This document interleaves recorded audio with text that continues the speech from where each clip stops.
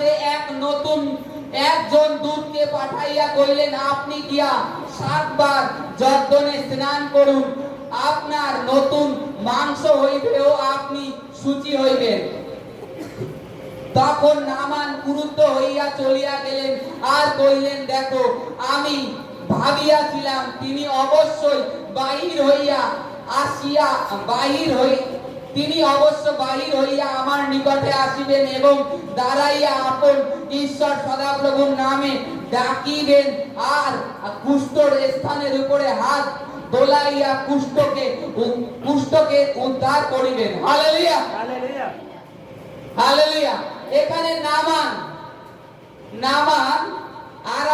আরাম রাজের একজন সেনাপতি ছিল, তার নাম নামান। তার দ্বারা আরাম রাজ অনেক বড় বড় যুদ্ধে জয়ী হয়েছে, তার মাধ্যমে তিনি সেনাপতি ছিলেন, প্রধান সেনাপতি। তা এই নামান তিনি একজন কুষ্ঠ রোগী ছিলেন। তখন এখানে লেখা আছে এলিশার কাছে তাকে পাঠানো হয় তার সুস্থতার জন্য। এলিশা ঈশ্বরের দাস। আজকে আমরা যে এখানে সুসমাচার করছি, আমরাও ঈশ্বরের দাস। এলিশা ঈশ্বরের দাস ছিল, ঈশ্বরের আত্মা তার মধ্যে আসতো, তার সাথে কথা বলতো। তা আর নতুন নিয়মে সেটা নয়, ঈশ্বর আত্মা সেচন করে দিয়েছেন, বাইবেলে লেখা আছে।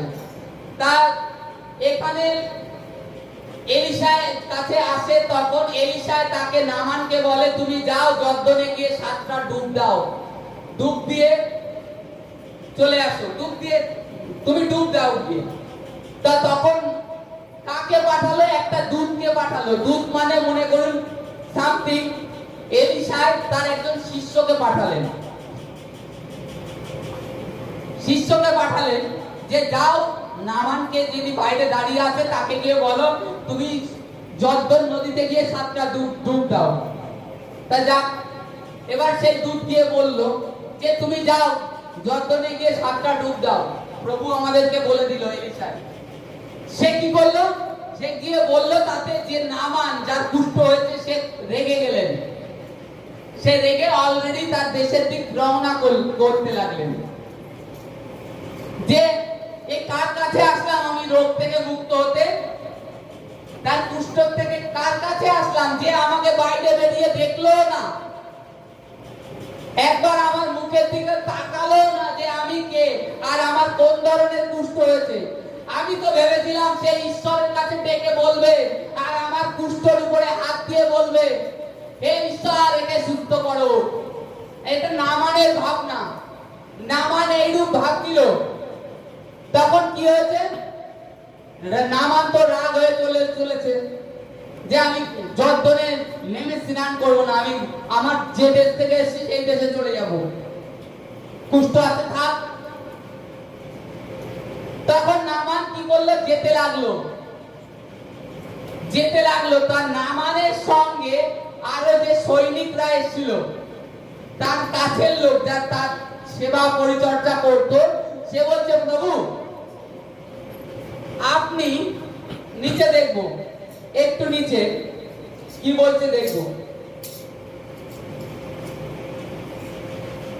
13 থেকে, কিন্তু তাহার দাস তাহার নিকটে আসিয়া নিবেদন করলেন, পিতা ওই ভাববাদী যদি কোন মহৎ কর্ম করিবার আজ্ঞা আপনাকে দিত, আপনি কি করিতেন না? তবে স্নান করিয়া শুচি হোক, তাহাই এই আজ্ঞাটি কি মানিবেন না? তখন তিনি ঈশ্বরের লোকের আজ্ঞা অনুসরণে নামিয়া গিয়া 7 বার যর্দনে ডুব দিলেন। হালেলুয়া। কি হলো? তখন যে তার পরিচারক ছিল সে বলছে, আপনাকে যদি এর থেকেও কিছু বড় মহৎ আজ্ঞা দিত, আপনি কি সেটা করতেন না?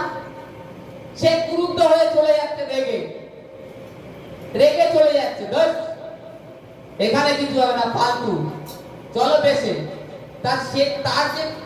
তার যে পরিচালক সে বুঝাচ্ছে, এর থেকে যদি মহৎ আজ্ঞা দিত, যে আপনি সামথিং উদাহরণ দিত, 10 সিগল সোনা দিতে হবে, যা নিয়ে এসছে তার থেকেও, হয়তো আপনি তাকে সেটা এনে দিতেন। কিংবা আপনাকে বলতো যদি তুমি তোমার দেশেতে 7 বার আসা যাওয়া করো, সেটাও করার চেষ্টা করতেন। কিংবা রোগের বিষয় সামথিং আমাদের ক্ষেত্রে, এখানে এইটাই বুঝাতে চাচ্ছে ঈশ্বর আমাদেরকে যে আমরা আমাদের ডাক্তারের কাছে যখন যাই, ডাক্তার বলে সকালবেলায় উঠে হাঁটো, দৌড়িয়ে বেড়াও, তুমি দিনে 4 লিটার জল খাবে, মেপে মেপে সেই আজ্ঞা পালন করি, অথচ ঈশ্বরের লোকের আজ্ঞা পালন করি না। এইখানে এটাই আমাদেরকে বুঝাতে চাচ্ছে সব থেকে বড়। তাই এখানে মহত্ব কাজ বলছে, এর থেকে বড় বড় কাজ হলেও তো আপনি করতেন। আপনাকে যদি বলা হতো যে আপনি সারা গায়ে এ মাখেন, সেটাও আপনি করতেন, জ্বলবে, জ্বালাতন করবেন, তাও করতেন। আর এর নামান যে এর মনে এইটাই রাগ হয়েছিল যে আমাদের দেশে যে নদী ছিল সেগুলোর কি এর থেকে ভালো নয়? তিনি বলতে পারতো তোমার দেশে গিয়ে 7 বার ওই নদীতে ডুব দাও, এর জল তো খারাপ। কিন্তু ঈশ্বরের ব্লেসিং তো ওই করগা নদীতে কিংবা নামান যে দেশে থাকে সেই দেশের নদীতে নেই, জর্দনেই আছে। কারণ ঈশ্বরের দাসের বাক্য জর্দনের নদীতে গিয়েছে, সেই জর্দনকে ফলো করতে হবে। তাই কি করেছে, নামান ক্রুদ্ধ হয়ে চলে যাচ্ছিল, তার দাস যখন পরিচারক তাকে বুঝালো, তখন সে কি করলো, সেই নদীতে গিয়ে তার কথা অনুসরণে ডুব দিল 7 বার। তারপরে লেখা আছে পরেরটুকু, তাহাতে ক্ষুদ্র বালকের ন্যায় তাহার নতুন মাংস হইল ও তিনি সূচি হইলেন। হালেলুয়া। তার গায়ে অলরেডি ঘা ছিল, যখনই 7 বার ডুব দিয়ে উঠলো, তার গায়ে সেই মাংস ক্ষত স্থান সেগুলো পূর্ণ ভরাট হয়ে শিশু বালকের যেরকম চামড়া হয় সেরকম চামড়া উৎপন্ন হওয়া শুরু হয়ে গেছে। আজকে আমরা যখন এসে পাচ্ছি না, আমাদের দেখতে হবে নিশ্চয়ই আমাদের কিছু ভুল আছে। ঈশ্বরের দাস যে আজ্ঞা দিয়েছে সেই আজ্ঞা হয়তো পালন করতে পারছি না, এই কারণে হয়তো আমাদের সুস্থতা আটকে আছে। সেই আজ্ঞা লক্ষ্য করতে হবে যে কি আজ্ঞা দিয়েছিল। বাইবেল পড়তে বলেছে, প্রার্থনা করতে বলেছে, আমি কি সেটা করছি? আবার বলছি আমার জীবন থেকে রোগ যাচ্ছে না, সমস্যা যাচ্ছে না, থেকে ওই ডাক্তার হাসপাতাল ধরে ভালো ছিল, এইটাই ভাবতে থাকি। প্রত্যেকে আমি আমার আরাম দেশেই ভালো ছিলাম, রাগ হয়ে চলে যাই প্রার্থনার থেকে, আর প্রার্থনায় আসি না। কিন্তু ডাক্তারের আজ্ঞা পালন করি, ঈশ্বরের দাসের আজ্ঞা পালন করি না। এই কারণের জন্য আমরা ঈশ্বরের যে অনুগ্রহ, আমাদের সুস্থতার থেকে আমরা বঞ্চিত থাকি। গত সপ্তাহে অনেকে নতুন এসেছিল, 1 সপ্তাহ এসে অলরেডি হয়ে গেছে, অথচ তারা বছরের উপর বছর দৌড়িয়ে বেড়াচ্ছে, হাসপাতাল করে বেড়াচ্ছে, কোনো লাভ হয়নি। ওই বেঁচে আছে, কি বেঁচে আছে। তারা নামানের মতন নতুন চামড়া, নামান তার দাসের কথা মেনে তাও ডুব দিয়েছিল, তাই নতুন চামড়া গজিয়েছিল তার শরীরে, নতুন উৎপন্ন হয়েছিল। আমরাও যখন নিজেদের মনকে শান্ত দান্ত করে নিয়ে বসে থাকি প্রার্থনা ঈশ্বরের চরণ তলে, যে মারলেও তুমি, বাঁচালেও তুমি, তখন নামানের মতন আমাদেরও ওই রোগ, যেখানে ঘা হয়েছে, ক্ষত হয়েছে, সেখানে ওই কচি শিশু বালকের মতন চামড়া উৎপন্ন হয়। আমাদের সেই রোগটা কমে, আমরা ধৈর্য ধরে থাকি না, ঈশ্বরে বিশ্বাস রাখি না, নিজেদেরকে উত্তেজিত করে ফেলি, চলে যাই, এই কারণের থেকে সুস্থ হতে পারি না, সারা জীবন ওই ব্যাধিটা বহন করতে থাকি।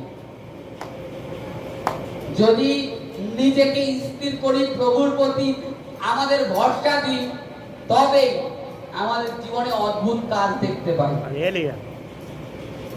অদ্ভুত কাজ দেখতে পাই। আর আমাদেরকে ঈশ্বরের দাস যে বাক্য বলে সে বাক্য ফলো করতে হবে।